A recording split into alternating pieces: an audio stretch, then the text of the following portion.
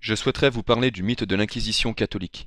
Avant d'élucider la question de l'Inquisition, et celle de savoir si oui ou non elle était justifiée, je voudrais réfuter quelques-uns des mythes populaires à propos du nombre de personnes mises à mort. Je vais me concentrer avant tout sur l'Inquisition catholique, et je ne vais pas pouvoir couvrir tous les aspects de la question dans cette vidéo, mais je vais traiter de l'essentiel. Je vais me concentrer sur l'Inquisition espagnole, car c'est de loin le plus connu de tous les tribunaux inquisitoriaux.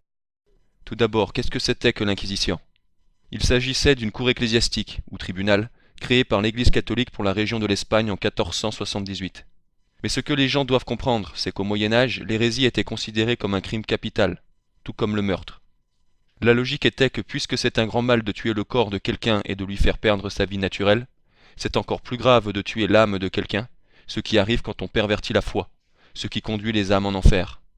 Et cette idée n'était pas seulement partagée par les catholiques dans l'Église catholique à cette époque, mais aussi par les protestants, comme Martin Luther et Jean Calvin.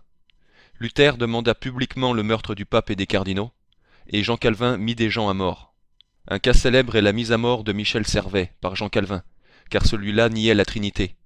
Et avant que Servet soit arrêté, Calvin avait même prévenu que si Michel Servet vient à Genève, je ne réponds pas qu'il puisse en sortir vivant. Donc au Moyen-Âge, l'hérésie était vraiment prise au sérieux.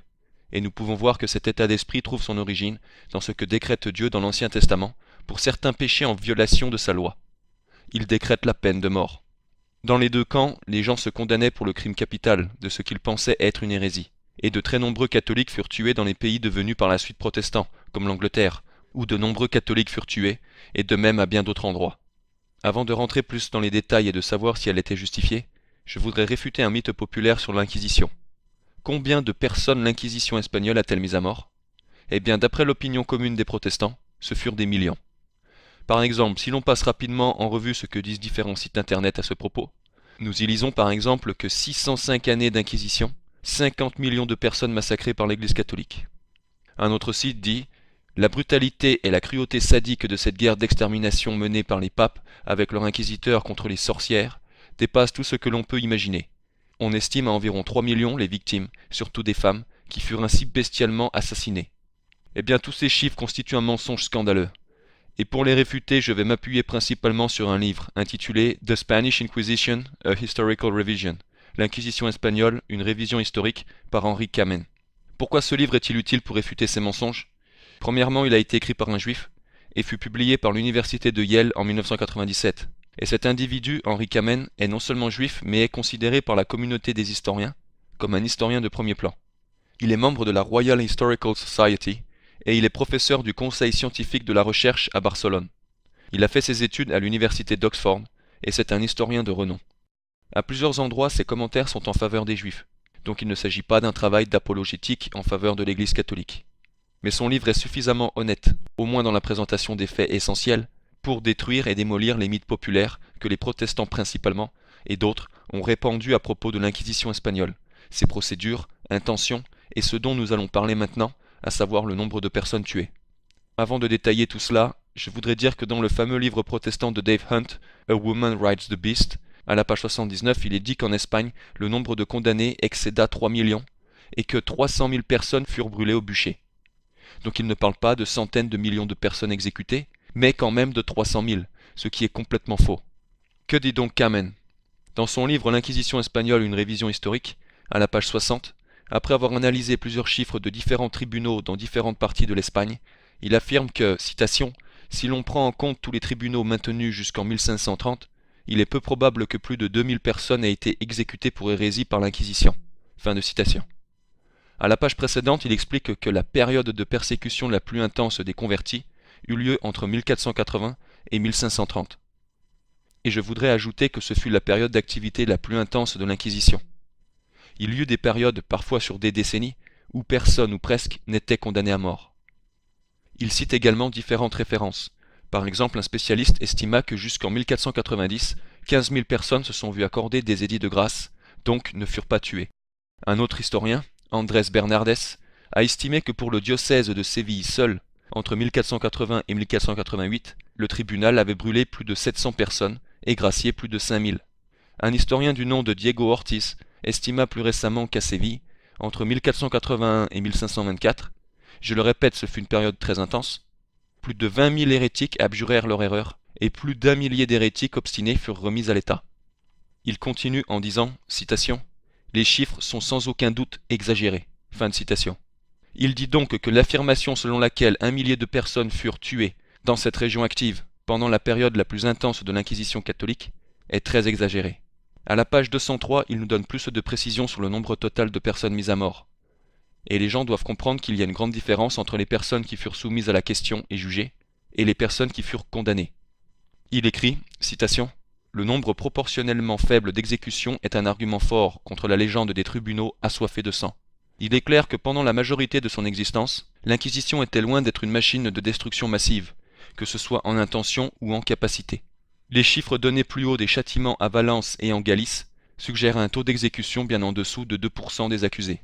Il a été estimé que dans 19 tribunaux, pour la période allant de 1540 à 1700, moins de 2% des accusés furent exécutés. Si ces chiffres correspondent à la réalité, alors il semble qu'au XVIe et XVIIe siècle, moins de 3 personnes par an furent exécutées par l'Inquisition dans l'ensemble de la monarchie espagnole, qui allait de la Sicile au Pérou. C'est certainement un taux moins important que dans n'importe quelle cour de justice provinciale en Espagne ou en Europe. En effet, toute comparaison entre les cours de justice séculières espagnoles et l'Inquisition est en faveur de cette dernière. Fin de citation.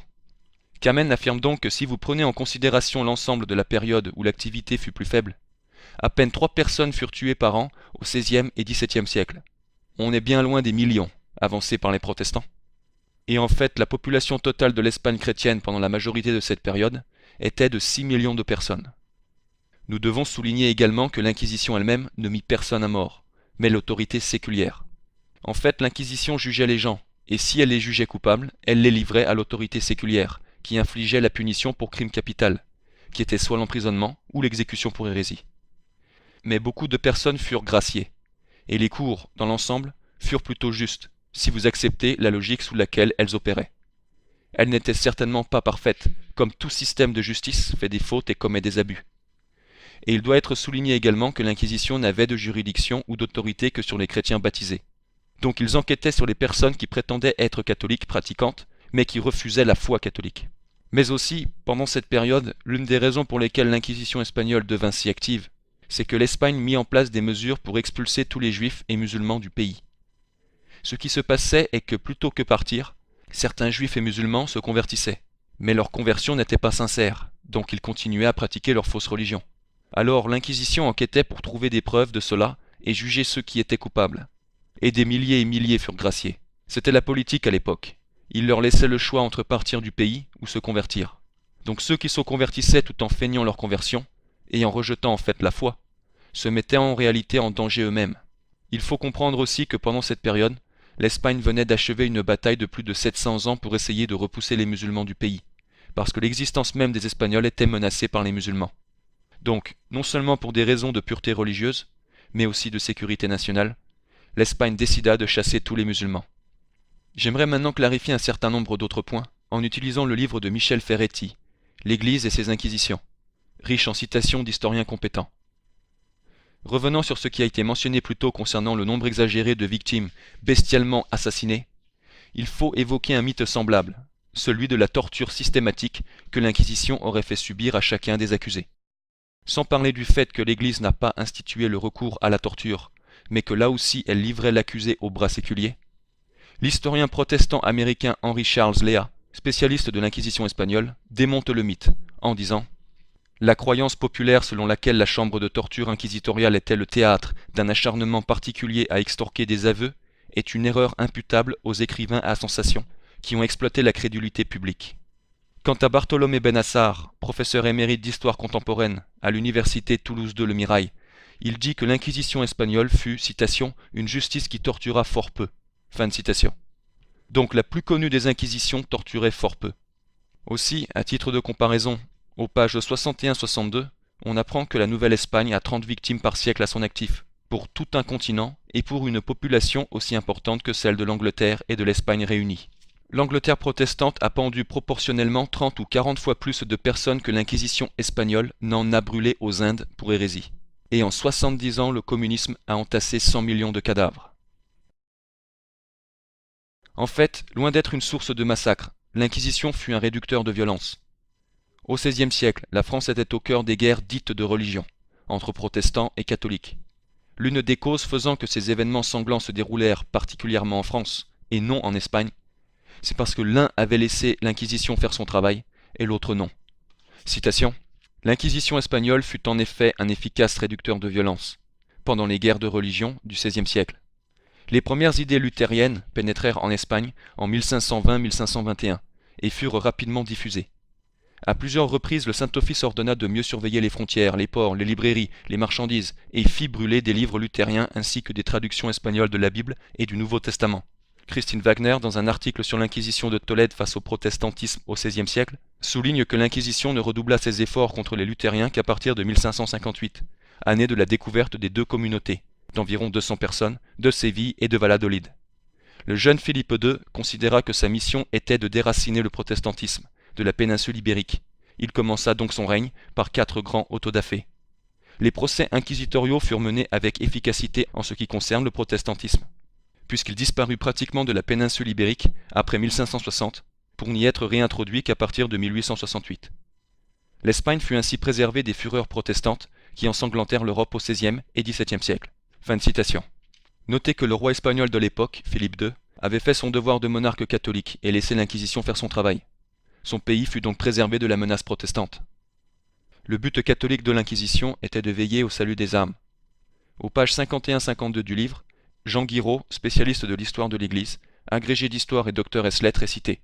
Même quand l'Église poursuivait avec le plus de rigueur l'hérésie, elle ne perdait pas de vue la maxime que Dieu veut non la mort du pécheur, mais sa conversion. Aussi, les juges de l'Inquisition préféraient-ils user de pénitence canonique, suivie de la réconciliation du pécheur, que de peines afflictives et de supplices, punition de sa révolte obstinée. C'est la même chose pour la torture. Avant de livrer l'accusé au juge séculier qui infligeait la question ou la torture, l'inquisiteur devait épuiser tous les autres moyens, surtout la persuasion, pour obtenir les aveux nécessaires et ne recourir ou ne se résigner à celui-là que dans les cas où l'inculpé avait déjà contre lui des preuves sérieuses capables de persuader à l'inquisiteur sa volonté obstinée de nier systématiquement. Fin de citation. En ce qui concerne les abus que l'Inquisition aurait commis à l'aide de ses inquisiteurs corrompus, l'auteur du livre dit aux pages 43-44 que les évêques avaient le devoir de signaler au pape tous les abus qui se pouvaient commettre dans la procédure inquisitoriale et de dénoncer les coupables. Citation. Si dès le début l'Inquisition fut investie d'un pouvoir redoutable, elle fut aussi entourée des plus grandes garanties dans le choix des juges et du contrôle le plus minutieux dans son fonctionnement. Fin de citation. Voilà donc une série d'informations qui devraient suffire à rétablir les faits sur l'Inquisition. Selon l'historien Peter Godman, professeur à l'université de Tübingen, le noir secret de l'Inquisition romaine était donc qu'elle n'en avait pas. Aucun sinistre complot en vue d'assurer sa domination. Aucun grand plan de répression ne guidait ni ne motivait les dirigeants et agents du Saint-Office. Les systèmes politiques totalitaires avec lesquels leur organisation a été comparée n'offrent pas de parallèle valable avec le bastion de l'orthodoxie de l'Église catholique. Là, les réalités quotidiennes des inquisiteurs et des censeurs étaient à la fois plus simples et plus compliquées. Elles étaient aussi plus surprenantes que les vieux clichés véhiculés par les polémiques et légendes sensationnalistes ne voudraient nous le faire croire. Fin de citation. Ce sera la conclusion, même s'il reste encore tant de choses à traiter sur ce sujet de l'Inquisition, d'un point de vue historique et théologique. On peut affirmer que la pensée unique sur l'Inquisition a pour porte-parole un grand nombre de gens qui ne savent pas de quoi ils parlent, et d'une multitude de menteurs anticatholiques.